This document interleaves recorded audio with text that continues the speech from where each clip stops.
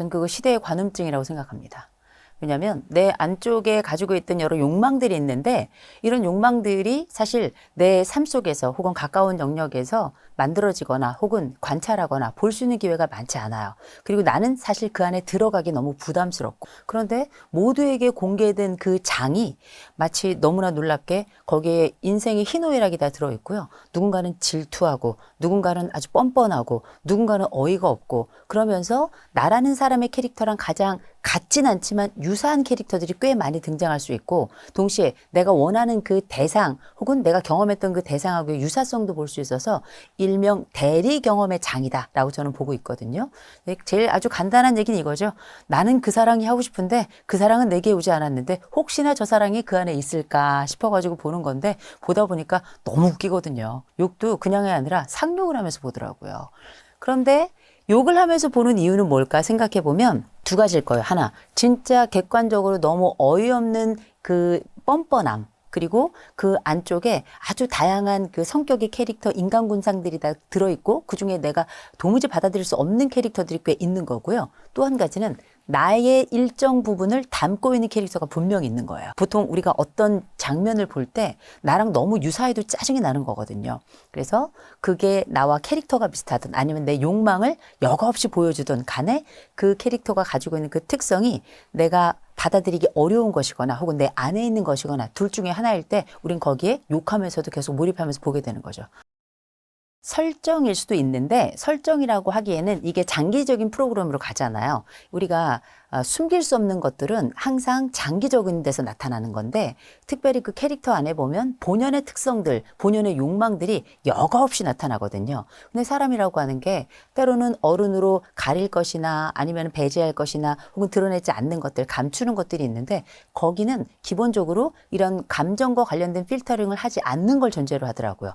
그러니 이런 솔직함, 여과 없는 마치 날생선을 보는 것 같거든요. 날생선이 금방 막 잡아서 푸들거리는 것도 있지만 비린내도 나거든요. 그러나 이런 비린내를 감수하고도 이 날생선이 주는 그 아주 묘한 매력들이 그 안에 있다고 저는 생각을 합니다. 그리고 우정이 가지고 있는 이 어떤 순수함이나 아니면 우정이 가지고 있는 그 지속적인 아름다움에 비해서 이 사랑이라는 건 아주 톡 쏘는 맛이거든요. 그리고 밀당이 있잖아요. 그리고 내가 가지고 있는 이 우정이라고 하는 건 어디서든지 발견하기 쉽다, 상대적으로. 그런데 사랑의 경우에는 발견하기도 어렵고 나도 해본 적이 별로 없고 그리고 내가 생각할 때 원하는 사랑의 지점에 도달해 본 적이 사실 대부분의 사람들은 거의 없거든요. 근데 우정은 넓게 생각해 보면 정말 유치원 때 나랑 같이 다녔던 그리고 엄마들도 모두 알고 있는 그 인간관계의 혈맹이라고 하는 그 유치원 동기들부터 시작해서 초, 중, 고 우리가 지내왔던 학창시절에 있던 많은 친구들은 돌아보면 다 우정이거든요. 심지어 우리가 직장을 다니더라도 직장에서 오며 가며 한 2, 3년 만났다? 그럼 우리는 어떻게 또 친구가 되는 거고요. 심지어 요새는 패친도 있어요. 인스타 친구도 있고요. 이 친구라고 하는 지점이 넓어지다 보니 우정의 지점도 좀 넓어지게 되고 그렇다 보니 사실 어쩌면 사랑은 우정보다 훨씬 더 귀해지게 된 것 같아요. 그래서 내가 생각하는 이 사랑의 그 서글픔도 없고 또 사랑이 주는 이 쫄깃함도 내가 경험해 본 지가 어느 옛날인지 생각도 안 나잖아요. 그에 비해서 우정은 밋밋하죠. 심심하죠. 그리고 금방 나가면 돌에 발에 채이는 것처럼 발견할 수 있을 것 같거든요. 그리고 보면 주변에 몇몇 친구들은 꼭 있거든요. 애인이 없어서 그렇지. 단적으로 이렇게 말씀드리면 될 것 같아요. 우정은 피곤하고 사랑은 간절하다. 우정이라고 하는 건 어쩌면 굉장히 중요하고 의미 있고 내가 가지고 있는 생애 반짝이는 기쁨들을 만든 장기적 순간들의 결합체 혹은 그 반짝이는 순간들의 그 집합소라고 우정을 얘기하는데 이걸 이제 불교용어로 하자면 무니타라고 보통 이렇게 이야기합니다. 그런데 이 과정이 내게 있어서는 굉장히 중요하긴 하지만 이게 얼마나 무겁게 느껴지고 의미 있게 느껴지는가는 좀 다른 문제예요. 근데 사랑이라고 하는 건 생애 몇 번 오지 않아서 별다른 느낌이거든요. 그래서 되게 특별하게 느껴지고 의미 있게 느껴지고 남자들이 군대 갔다 오면 그 군대를 내 생애에 있어서 굉장히 고통스러운 경험이지만 꼭 한 번쯤은 겪고 넘어가고 동시에 그 이야기를 끊임없이 반복하는 것처럼 이게 일련의 트라우마 같은 거거든요. 전 사랑도 지난 사랑은 트라우마라고 생각해요. 그런데 이런 트라우마가 나에게는 굉장히 독특하고 내가 선택한 트라우마거든요. 이런 경우는 많지 않아요. 그런 면에서 우정이 안정성을 주고 대신에 조금 지루하고 밋밋하고 약간 피곤한 면이 있다면 사랑은 굉장히 간절하고 그 다음에 찢어지는 아픔이지만 다시금 되새기고 다시금 내 삶에서 계속 떠오르는 이런 순간들을 만들어내는 아주 고통스러운 기쁨이다. 이렇게 말씀드리면 좋을 것 같습니다. 남녀 사이의 친구 관계 전 가능하다고 생각합니다. 그런데 조건이 있어요. 조건이 뭐냐면 때를 서로 밀 수 있어야 되고요. 서로 상욕을 할 수 있어야 되고요. 그리고 서로 신체적인 결점을 다 알고 있어야 돼요. 야, 왼쪽 등허리 아래쪽에 점이 이따만한 게 있거든? 근데 이런 것들이 아무렇지도 않아야 돼요. 그리고 같이 있어도 아무 느낌, 보통 25년 넘게 친구인데 아무 느낌이 없다. 이 친구는 다음 생에까지 친구예요. 이런 조건들이 있으면 저는 남사친, 여사친이 가능하다고 생각해요. 대신 남자, 여자 사이에 친구는 가능하지만 이 친구라도 옆에 배우자가 혹은 여자친구, 남자친구가 있어서 이 사람들이 이 관계를 불편해 하잖아요. 그러면 이 관계는 조금 조심은 해줘야 되는 관계가 될 수 있어요. 환경의 영향을 받는다는 거죠. 남녀 간의 친구라 하더라도. 사실 이 부부 간에 이 말하지 못하는 질투 감정이 있거든요. 이 말하지 못하는 질투 감정이 때로는 도를 넘을 때가 있어요. 근데 이거는 뭘 얘기하냐면 배우자가 이 관계를 불편하게 생각할 때는 다른 사람들이 볼 때에도 이 관계가 너무 지나치게 사회적인 관계에서도 친밀한 관계 속에 있는 거예요. 이건 배우자만의 질투의 시선이 아니라 제2, 제3의 사회적 시선일 수도 있다는 걸 기억해야 된다는 거죠. 그리고 나랑 더 오래 살아야 되는 이 배우자가 불편하다잖아요. 그러면 뭘 해야 되냐면 첫 번째, 눈치가 있어야 돼요. 눈치. 그래서 어떻게 해요? 예를 들어서 나랑 내 남편이 있는데 내 남편이 A라고 하는 여자에 대해서 너무 얘기를 많이 해. 내 아내 입장에서는 화가 나죠. 질투의 감정도 오르고 약간 의심의 감정도 오르는데 이걸 얘기하기 되게 어려운데 그래도 간혹 던질 때가 있거든요. 알아채야 돼요. 그러면 그 A라고 하는 여자친구에 대해서 그 전에 얘기했던 거에 비해서 가능한 얘기하지 말고요. 또 한 가지. 어떤 뭐 물어보잖아요. 걘 진짜 웃긴 애야. 걘 빙구야. 아유, 야, 난 관심도 없어. 다른 얘기 할 거 없냐? 뭐 그런 얘기를 해. 걔는 그냥 어쩌다가 그냥 친구들 만났는데 걔가 뭐라고. 아주 사소하게 만들어야 돼요. 그 존재를. 부부간에 대화할 때는. 그래야 본인의 남은 생이 편하다는 거 말씀드리고요.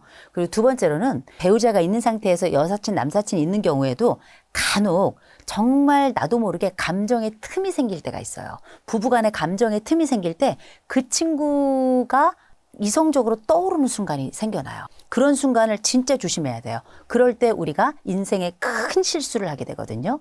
그리고 인생이 완전히 달라질 수 있는데 그건 배우자와 친구 모두를 다 잃을 수 있을 아주 절체절명의 순간으로 다가갈 수 있거든요. 그럴 때는 뭐 어떻게 하셔야 되는지 아시죠? 고개를 흔들어야 돼요. 뺨을 스스로 때리면서 네가 미쳤구나. 네가 정신이 나갔구나 생각하시고 잠시 거리도 두셔야 됩니다.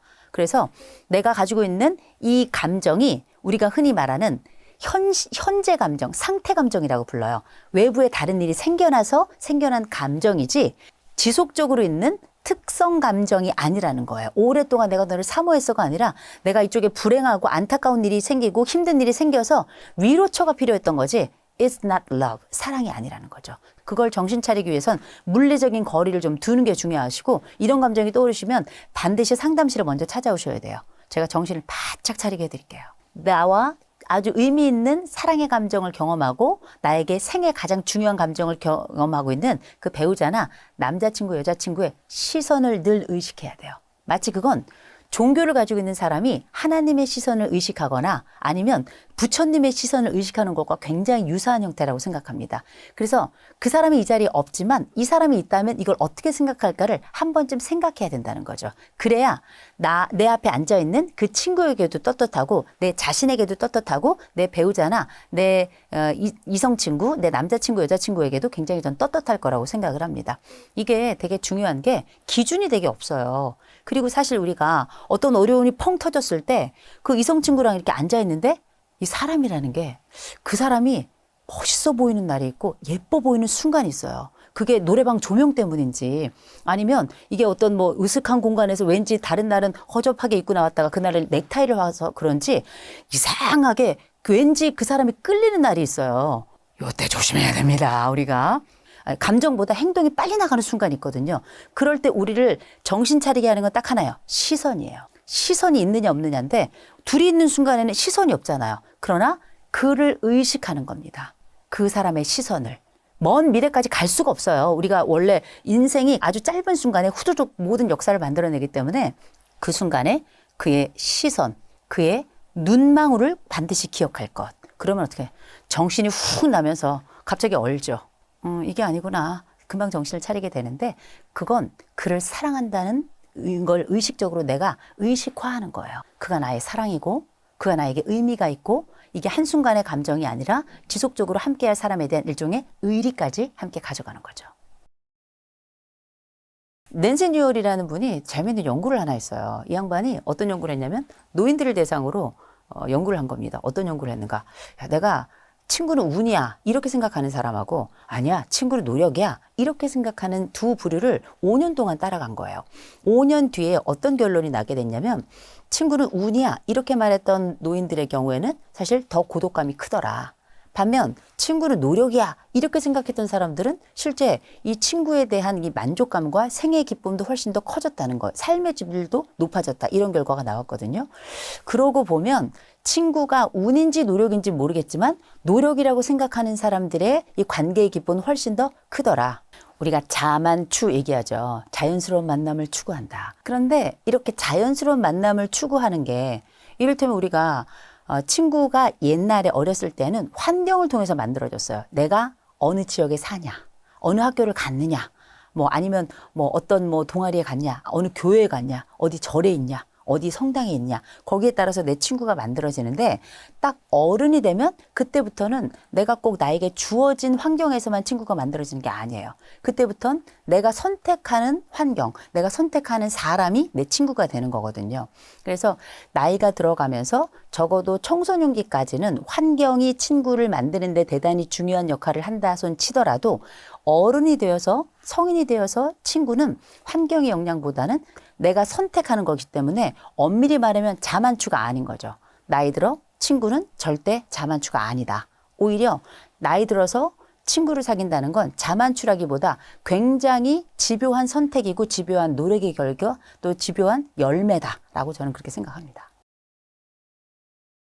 친구의 정의는 지 맘이에요. 사람마다 어떤 단어를 내 나름대로 방식으로 설명하는 것, 그걸 저희가 정의라고 부른다면 사람마다 친구를 정의하는 방식이나 우정을 정의하는 방식이 다 다를 거예요. 근데 적어도 우정이 어디까지냐, 몇 번 만나야 친구냐, 또 얼마나 오래 만나야 친구냐. 근데 저는 이게 마치 육아 같은 거라고 생각을 해요. 뭐냐면 우리가 맨날 같이 있어주지 못해서 죄책감을 갖는 부모들이 많이 있는데 사실 진짜 중요한 건 놀이의 질이거든요. 관계의 질. 그런 것처럼 짧게 만나도 진짜 핵심적인 내 심장에 노크를 해주는 친구가 있는 반면에 길게 만나도 지푸라기 같은 친구들도 있어요. 결국은 우리가 알고 있는 친구라는 것은 가능한 많은 영역에서 나와 서로 도움을 주고받는 사람, 그 가운데 내가 내 심장을 맡길 수 있는 사람이다 라고 보통 이야기하거든요.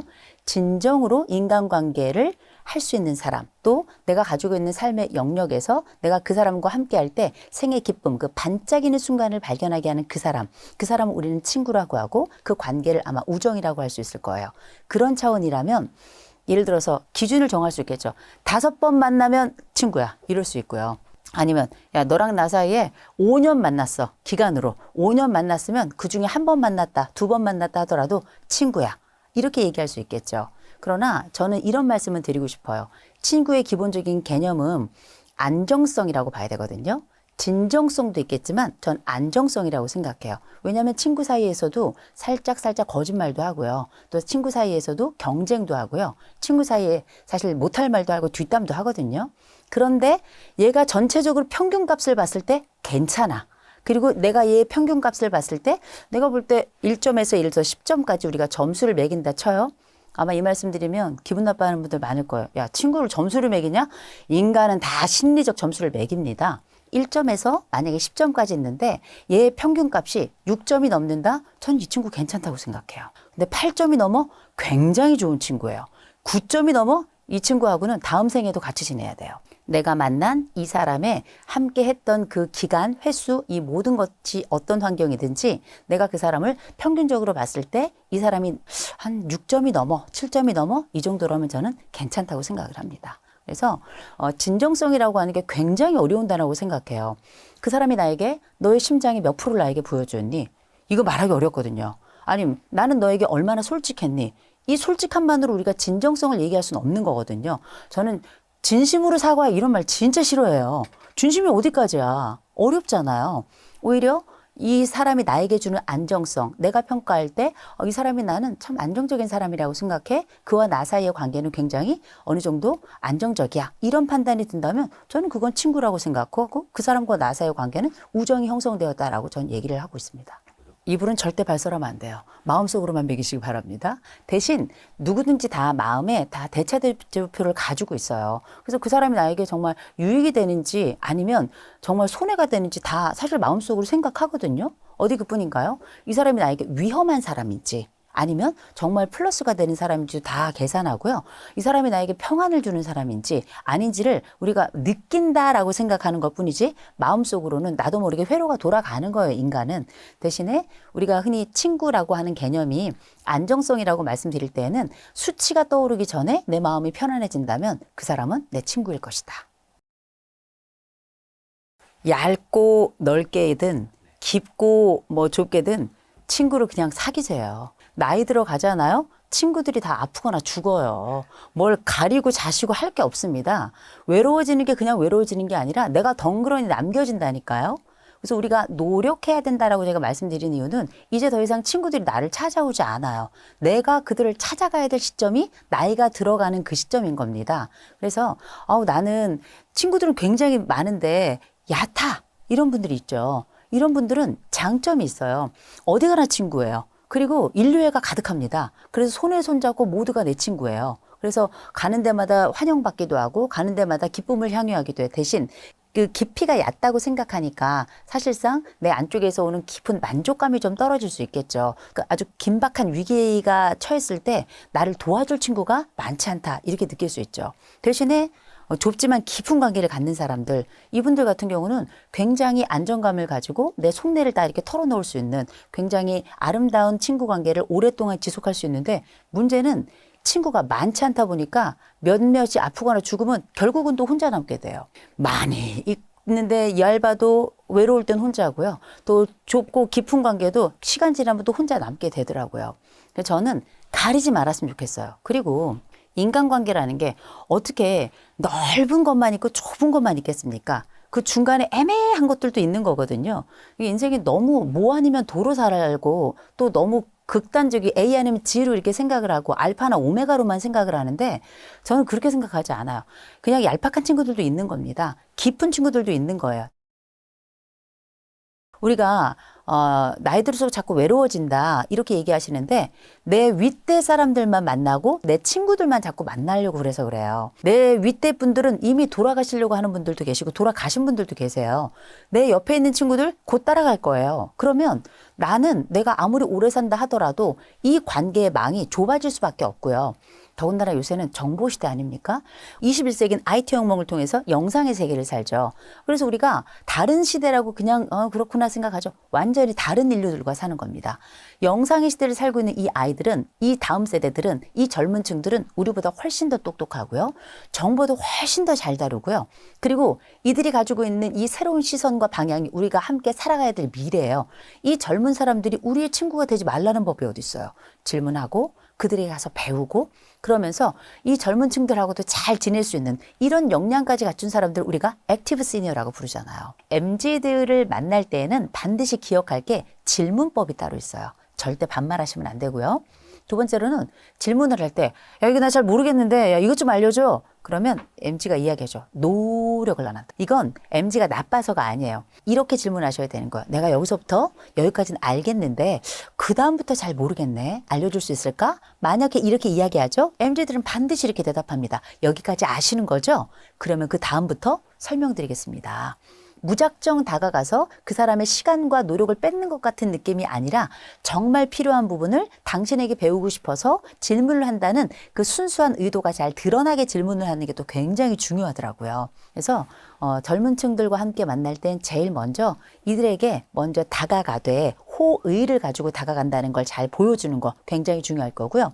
또 한 가지는 어떤 것을 질문하거나 함께 할 때 어른의 역할을 해야 돼요. MZ세대는 삼요하고 뭐 라떼 세대는 삼야 한다 그러잖아요. 이걸요? 제가요? 왜요? 이러면 라떼 세대가 그런 데잖아요. 라떼는 말이야, 해보란 말이야, 야! 뭐 이런 얘기 하잖아요. 그런데 실제 이런 얘기 세대 갈등처럼 얘기하지만 어느 시대나 세대 갈등 없던 것은 없거든요. 대신 이 친구들하고 함께 갈 때 이 세대들을 잘 이해하고 가셔야 되는 게 이들은 자본의 아들, 자본의 딸들이에요. 그리고 하나, 둘 밖에 없는 형제로 태어나가지고 너는 특별해를 읽으면서 성장한 세대거든요. 어떤 것들을 물어보거나 아니면 이들이 잘하는 명목이 있으면 나이 든 사람들의 나이값이라는 건 뭐냐면 이걸 읽어줘야 돼요. 이거 정말 잘하는구나. 이거 정말 잘 도와줘서 내가 정말 이것 때문에 도움을 많이 받았어. 공개 칭찬하시면서 심리적인 보상을 지속적으로 해주시는 거 굉장히 중요해요. 어른은 지갑을 열어서 어른이 아니고요. 심리적 지갑을 여는 게 훨씬 더 중요한 어른의 역할일 겁니다. 대개 친구가 없어 말하는 분들은 전 세 가지 감정이 있다고 생각해요. 하나, 두려움이에요. 거절에 대한 두려움이나 수용되지 못할 것에 대한 두려움이 있고요. 두 번째로는 정말 자기 스스로가 잘나서 다른 사람들이 나에게 맞춰줄 수 없다고 생각하거나 세 번째로는 내가 어렸을 때부터 여러 어려움이 있었어. 상처받았고 생책이 났고 거절당했고 아니면 부모로부터 이 관계에서 흔히 말하는 안정적 애착을 갖지 못해서 일명 트라우마, 애착 트라우마가 생겨나는 경우, 유대의 트라우마가 생겨나는 경우 요 세 가지의 경우는 사실 내가 원해도 나는 마치 친구가 원치 않고 친구가 필요 없는 것처럼 말하는 분들이 많이 계시거든요. 그리고 우리가 한번 생각해 봐야 돼요. 나는 혹시 거절감이 큰가? 이런 생각 해봐야 되는데 거절감이 큰 분들께 제가 드리는 말씀이 있어요. 우리가 거절 안 당해본 사람이 없어요. 우리 지금 이 방송을 함께 보시는 분들도 여기까지 거절 당하면서 오신 분들이거든요. 저는 이런 분들 다 뭐라고 부르냐면 거절 생존자라고 불러요. 우리가 다 거절 당했지만 여기까지 온 거거든요. 여기까지도 잘 왔어요. 위태위태하든 어떻게 잘 넘어왔건 여기까지 왔다면 우린 다 거절 생존자다. 그러니 다른 사람과의 관계에 있어서 이 두려움을 어떤 식으로 극복할 것인지에 대해서 고민을 먼저 시작해 봐야 될 것이다. 그래서 요새 유튜브 같은 데 보면 관계 얘기 나오면 싹 다 손절하래요. 근데 손절할 필요가 없어요. 왜냐하면 어차피 떠나려면 다 떠나서 친구는 한 줌이에요. 또 그 남아있는 그 친구들도 나를 친구로 생각할지 잘 모르겠고 그나마 우리가 고민을 하는 이유는 우리한테 우리를 혼란스럽게 하고 헷갈리게 하는 한둘이 있어요. 얘네에 대한 결정이 어려워서 손절할까 말까 이걸 고민하는 거거든요. 그러나 분명한 건 우리가 가지고 있는 거절에 대한 두려움이 크면 나는 친구를 만나기 어려울 것이다 라는 거 확실하고 두 번째 제가 말씀드렸던 나에게 맞춰줄 내 수준에 맞는 사람이 없어. 우리가 이제 이런 얘기하죠. 잘났어 정말. 이런 친구들이 있어요. 자기만 그냥 오로지 떠받들길 바라거나 아니면 자기가 굉장히 수준 높은 사람이라고 생각하는데 이분들은 친구 없어도 괜찮아요. 제 멋에 살기 때문에. 두려울 것도 없어요. 그러나 인생은 100 플러스 알파 시대를 살고 있잖아요. 우리가 60까지 살고 죽을 그 세월이었으면 옛날엔 그렇게 손절해도 상관이 없어요. 그러나 앞으로 100 플러스 알파 시대를 산다는 얘기는 뭘 얘기하냐면 네트워크가 굉장히 중요한 겁니다. 그리고 그 관계 속에서 우린 서로 도움을 주고받지 않으면 살 수 없는 세계 속을 살게 되는 거예요. 그럴 때 나 혼자 잘난 면이 많더라도 나이가 든다는 건 뭘 얘기합니까? 우리의 능력치가 떨어지는 거예요. 우리의 적응성이 어려워지는 겁니다. 동시에 내가 가지고 있는 것들도 다 옛날 것, 낡은 것, 녹슨 것이 되어버리거든요. 그래서 이분들은 지금 현재는 굉장히 아름다운 빛을 낼 수 있겠지만 시간 지나고 나면 그 빛도 사그라든다. 그럴 때 내 옆에서 함께 뭉텅이로 빛을 내는 사람들, 그 사람들이 내가 함께 빛날 수 있도록 하고 나도 그 사람을 빛내게 하는 그런 네트워크를 형성하는 거 굉장히 중요하다고 말씀드리고 세 번째, 이 애착 트라우마를 가지고 있는 분들이 계세요. 내가 어릴 때 내 부모가 나를 함부로 대. 나를 동떨어뜨리거나 늘 버린다고 말했고 아니면 나에게 수치심을 줬어. 아니면 내가 어떤 성장 과정에 내가 어떤 관계를 계속 갖지 못하도록 계속 커트하거나 개입하거나 과잉 보호하거나 이런 패턴을 형성을 했다. 근데 이게 중고등학교 때까지 쭉 이어졌다. 이런 분들 같은 경우에는 생애 성장하면서 부모 없이 친구를 사귀어본 적이 별로 없는 분들이에요. 거기다가 거절에 대한 공포, 수치심에 대한 이 기억 이런 것들이 막 쥔 범벅이 되면서 사람에 대한 근원적인 믿음을 갖지 않거든요. 이런 분들은 사실 분석을 좀 받을 필요가 있어요. 이건 나 혼자 해결할 수 없는 부분이거든요. 선택해서 행동하고 거기에 따라서 변화를 주는 거 되게 중요한데 이 트라우마라고 하는 건 사람을 얼어붙게 해요. 영어 frozen. 딱 얼어붙게 하는 그런 특성을 가지고 있기 때문에 엄밀히 말하면 이분들은 좀 분석을 받으면서 내 스스로 삶에 대한 이 안쪽 구조를 좀 재구성해 본다면 일단 위로하는 방식, 또 사람을 만나는 방식, 또 자기를 해석하는 방식, 타인을 해석하는 방식 이런 것들을 잘 재정리하는 과정이 좀 필요하다 이렇게 말씀드리고 싶습니다. 친구하고 친구 사이는 정말 더럽게 헤어져요. 우리가 연인은 정말 아프게 헤어지거든요. 근데 친구들은 정말 더럽게 헤어지더라고요. 욕하고 다른 아는 친구들한테 뒷담화하고 내가 앞으로 그 인간 만나면 내가 사람이 아니다 이런 얘기하고 그런데 돌아보면 그 친구들의 합이 나예요. 다른 친구들의 눈동자에 비춰진 내 모습의 합이 그 모자이크가 나다. 전 이렇게 생각을 하거든요. 그래서 그 모자이크 중에 하나의 색깔이 달라진다는 건 내 모자이크 전체의 톤이 달라지는 거예요. 그래서 어쨌든 이별이나 헤어짐 그리고 절교라는 건 다 아픈 일이고 굉장히 더러운 과정이다. 이 말씀을 먼저 드리고요. 다만 이 과정에서 꼭 지켜야 될 게 있어요. 친구라고 하는 건 아는 사람하고는 좀 달라요. 아는 사람은 영어로 acquaintance라고 부르죠. 대신 친구는 우리가 friend란 단어로 다시 쓰는데 친구라고 하는 건 아주 적어도 지속성도 가지고 있고 꽤나 신뢰를 오랫동안 축적했던 그 관계를 우리가 친구라고 할 거고 acquaintance라고 하는 아는 사이라고 하는 건 직장에서 지나다가 오다 가다 한두 번 만난 사람 아니면 뭐 동아리에서 한두 번 만난 사람 이런 사람들은 그냥 이름 정도만 아는 거죠. 그가 가지고 있는 내적인 요소나 아니면 그의 사적인 여러 요소들, 구성 요소들을 잘 알지 못하는 관계를 얘기하는 거잖아요. 그런데 아는 사람은 싸울 일도 없지만 안 만나도 상관이 없어요. 나에게 굉장히 중요했던 친구를 잃는 과정은 생애 사건이에요. 그래서 이 사건이 쉽게 정리되거나 쉽게 이루어지지 않아요. 그 얘기는 뭘 얘기하냐? 이 친구들과 헤어질 땐 꼭 기억하셔야 돼요. 좋은 사람들은 꼭 다시 만나요. 내가 이 친구랑 정말 절교냐 아니면 그냥 싸운 거냐는 다른 거예요. 아니 친구도 당연히 싸우죠. 안 싸워보셨어요? 아유 나도 주희랑 엄청 싸웠네. 그런데 친구는 부부랑 굉장히 유사해요. 그래서 우리가 부부싸움을 할 때 헤어질 걸 전제로 싸우지 않죠. 회복을 전제로 싸우죠. 그래서 친구랑 싸울 때는 반드시 회복을 고려하고 싸울 것. 그래서 친구랑 싸우더라도 막 뒷담하고 다니면 안 되는 거예요. 친구는 진짜 다시 얻기 어려운 관계이기 때문에 대신에 진짜 절교를 해야 되는 친구들이 있어요. 저는 두 가지 나쁜 인간이 있다고 생각해요. 하나 진짜 나쁜 것들이 있고 또 하나 악마가 있어요. 나쁜 거는 뭐냐면 진짜 자기 사익을 위해서 다른 사람을 이용하는 사람, 자기의 사적인 이익이 있어요. 이런 사람들은 저는 진짜 나쁜 인간, 나쁜 인종이라고 생각을 하거든요. 악마는 따로 있어요. 뭐냐면 그 사람 머릿속에 들어가서 그 사람을 지배하는 거. 이건 그의 영혼을 찬탈하는 행위예요. 단순히 물리적으로 뭐 돈이나 어떤 기회를 찬탈하는 것도 나쁜 일이지만 그의 영혼을 잠식하는 사람들이 있어요. 그래서 우리가 흔히 말하는 가스라이팅이나 그루밍을 나쁘다고 이야기하는 거거든요. 근데 사소하게 싸운 사람들은 다시 만날 수 있다는 걸 기억하셔야 되는 게 내 친구는 어떤 사람이냐면 또 볼 것을 생각하는 사람이에요. 사람은 또 본다 생각하는 사람에게 훨씬 더 호의적이거든요. 그래서 친구의 우정은 더 깊어지는 거예요. 또 볼 것이기 때문에. 싸울 때에도 그래서 어떤 일이 있었을 때 싸웠어. 너무 맹렬하게 호랑이처럼 달려들지 마세요. 왜냐? 사람 일은 아무도 몰라요. 우리가 나이 들어가면서 인지적 유연성이라는 게 생겨요. 결정적 지능, 곧 지식이 높아지고 또 경험이 자꾸 쌓이면 결정적 지능이 커지거든요. 결정적 지능 안에는 인지적 유연성, 어떤 일이 펑 터졌을 때 이것만 답이 아니라 또 다른 답이나 해답이나 대안이 있다라고 생각하는 능력이 있는데 친구는 이런 능력을 가진 사람이면 참 좋겠어요. 그리고 그 사람이 그렇게 못하면 내가 움직여야 되는 거거든요. 그래서 이게 끝이라 생각하지 마세요. 싸우는 것과 절교는 다른 겁니다. 절교를 너무 쉽게 이야기한다면 계속 절교할 수 있겠죠. 절교 계속 하세요. 결국은 무인도예요. 자기 혼자 살아남아서 자기 혼자 살아가게 될 텐데 쉽지 않습니다. 재밌는 연구가 있어요.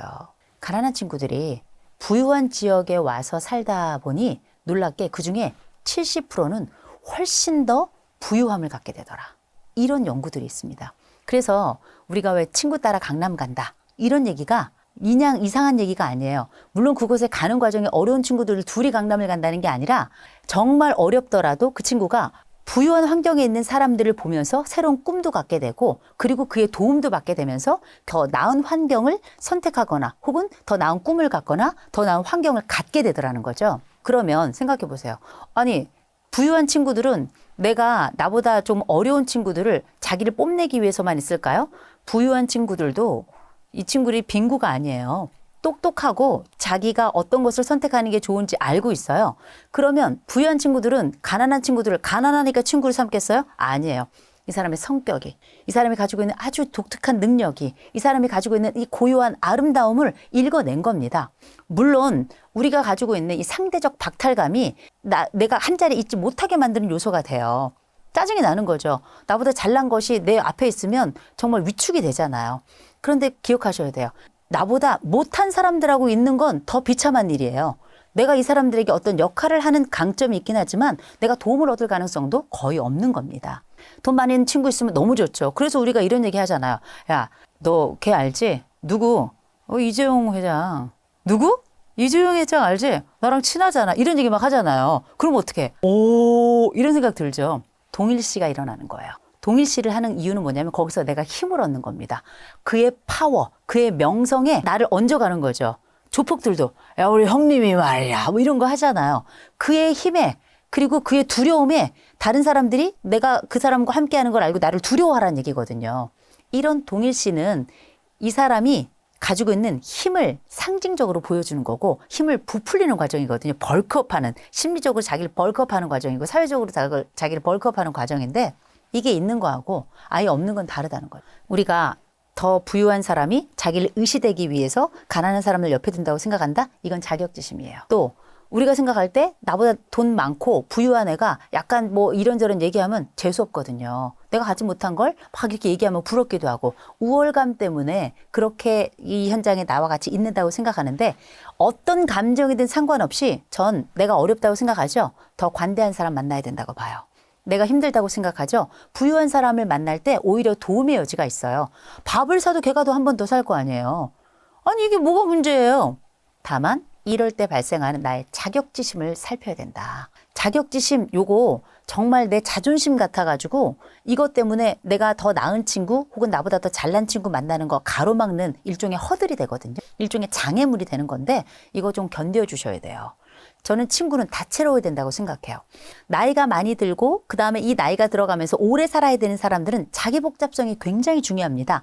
나의 기쁨의 근원을 여러 군데에 두는 능력, 이걸 저는 자기 복잡성이라고 불러요. 내가 인생을 복잡하게 살고 머리 아프게 살고 이게 아니에요. 내가 여기서도 즐거움을 찾고 저기서도 기쁨과 희열을 느낄 공간을 굉장히 다채롭게 많이 받고 다양한 채널을 갖는 것. 이런 능력을 저는 자기복잡성이라고 부르는데 이 자기복잡성의 영역 중에는 인간관계도 들어가요. 나보다 똑똑한 애도 만나고요. 나보다 부자인 애도 만나고요. 나랑 비슷한 애들도 만나고 때론 나보다 어려운 친구들도 만나고 다양한 관계 채널 속에서 나는 나라는 사람을 작게 정의하지 말고요. 스펙트럼을 좀 넓혀야 된다는 거죠. 그러면서 가난하지만 이 사람이 가지고 있는 극복의 능력을 보며 이 사람과 함께 극복의 힘을 칭송하고 이 극복의 힘을 높이 사는 거. 이게 또 친구 아니겠어요? 또 나보다 능력 있고 나보다 관대한 사람은 나를 또 만나주면서 그 사람이 나에게 기쁨을 주고 나에게 또 멘토가 되고 이러면 어떻게 너무 기쁘고 믿을 수 있는 일인이 되어주는 것에 대해서 기쁨을 경험하고 또 그렇게 도움을 받고 도움을 주기도 하고 받기도 하면서 우리는 상호 성장하게 되는 거거든요. 내 안에 다양한 채널이 있다는 건 그 채널마다 성장점이 있다는 거거든요. 나의 인생 관계에도 성장점이 있고 그 성장점은 하나만 있는 게 아니라 굉장히 다채로운데 이런 다채로움을 갖는다면 나이 들어서 외로울 일이 없어요. 배울 점이 많고 만날 지점이 많고 성장할 지점이 많다면 이 사람은 외로운 그 현장에서 자기를 또 다른 현장으로 옮길 수 있는 A라는 지점에서 B라는 지점으로 A라는 방에서 B라는 방으로 옮겨서 자기의 삶을 새롭게 또 다채롭게 또 성장하고 성숙하도록 만들 수 있는 능력을 갖추고 있다. 이렇게 말씀드릴 수 있을 것 같습니다. 우리가 다른 사람이 나를 거절할까 봐 싫어할까 봐 쩔쩔매는 순간이 오죠. 그러면 이 두려움 때문에 내가 먼저 관계를 때려치는 경우들이 되게 많거든요. 그런데 다른 사람 앞에서 나를 견디는 힘 굉장히 중요합니다. 그 견뎌내는 과정을 위해서 그 현장에 나를 놓고 그 다른 사람의 시선 앞에서 내가 꿀리지 않으면서도 지속적으로 나를 그들과 교류하게 하고 나를 노출시키는 방법이 있거든요. 그게 알억시취 네 가지입니다. 알억시취. 알은 뭐냐면 알아차려야 돼요. 내가 지금 두려워하고 있고 내가 지금 이 사람들 앞에 함께 있다는 게 굉장히 힘들다는 걸 내 스스로가 알아차려야 돼요. 알아차리는 건 굉장히 중요한 기능입니다. 이걸 내 무의식적으로 덜덜 떠는 것이 아니라 의식적으로 이걸 끌어올려서 아, 내가 지금 힘들고 내가 지금 이 사람들 앞에서 부끄럽거나 혹은 저 사람이 나를 싫어할까 봐 굉장히 어려워해, 힘들어해. 이걸 내 스스로 내 자신에게 말해주는 거예요. 너 지금 떨고 있어? 너 지금 힘들어하고 있어? 오케이. 두 번째, 억이에요. 억제해야 돼요. 나한테 올라오는 이 감정, 도망가고 싶은 감정, 이 자리에서 뛰쳐나가고 싶은 감정을 억제해야 됩니다. 우리가 중요한 시점에 회의를 하다 혹은 내가 PT, 어떤 발표를 하다가 내가 힘들고 어렵다고 뛰쳐나가나요? 아니죠. 억누르지만 이건 뭐냐? 극복 경험이에요. 억누르는. 그러나 이 장면이 지나고 나면 괜찮다는 거 우리가 나이를 통해 경험을 통해서 알게 됐거든요. 그래서 억제하는 것, 자기 감정, 도피 감정 억제하는 거 굉장히 중요하고요. 세 번째가 시간이 필요하다는 걸 알아야 돼요. 두려움이라는 건 나를 언제든지 옥죄고 나에게 엄습하지만 이 두려움도 시간이 지나면 사람은 다 적응을 해요. 적응을 하기 때문에 그 자리를 지키셔야 돼요. 내가 알아차리고 이 감정을 억제하면서 시간을 둔다는 거, 곧 시간을 가지고 그 자리를 지켜나가야 돼요. 그러면 처음에는 그 사람이 어떨지 모르겠지만 시간이 지나면서 나도 안정화가 되고 다른 사람도 내가 어떤 사람인지 나의 묘미를 발견할 기회를 갖게 돼요. 마지막에 건강한 취약성을 알고 있어야 돼요. 건강한 취약성. 사람은 다 취약점, 약점을 가지고 있는데 건강한 취약성이라는 건 뭐냐면 내가 내 스스로를 성장시킬 수 있는 취약성이 있어요. 그래서 내가 취약하다는 걸 알고 이 취약점을 일부, 다는 노출할 필요가 없어요. 일부 노출을 해서 내가 도움이 필요하고 내가 이런 지점이 좀 약한 지점이 있습니다. 그러면 이런 취약성은 다른 사람이 나를 돕고자 하는 마음을 갖게 하고 나에 대해서 굉장히 호의적인 느낌을 갖게 해요. 그래서 친구가 되는 과정 중에는 나의 약점을, 나의 취약성, 나의 어려움을 어떤 사람한테 얘기하면 그 사람이 나를 굉장히 호의적으로 받아들이고 내 일에 대해서 솔루션을 주려고 하고 그렇게 호감이 높아지면서 동시에 친구가 될 가능성이 굉장히 높아지거든요. 나의 약점을 기꺼이 내놓잖아요. 내가 이렇게 모자라, 내가 이런 게 좀 어려워, 네가 날 도와줄 수 있을 것 같아? 혹은 내가 이런 문제가 있는데 괜찮을까? 이런 얘기를 하면 그 사람이 머리가 돌아가요. 아, 얘가 이런 지점이 약하구나. 내가 도울 수 있는 지점을 찾아야 되겠다. 인간이 가지고 있는 이타성을 발동시키거든요. 그래서 제가 말씀드렸던 알억시취라고 하는 게 뭐냐? 먼저 내 스스로 나를 아는 거죠. 내 스스로 나의 이런 취약성을 알고 올라오는 감정을 알아채는 것. 두 번째, 이 감정을 억제해야 돼요. 도망가려고 하지 말고 견뎌주는 것. 세 번째, 시간을 두고 그 자리를 지켜가는 것. 그 장소에 있어야 돼요. 부끄럽지만 그 장소에 있고 그리고 가만히 있으면 다른 사람들은 여러분들의 존재를 안정하다고 느껴요.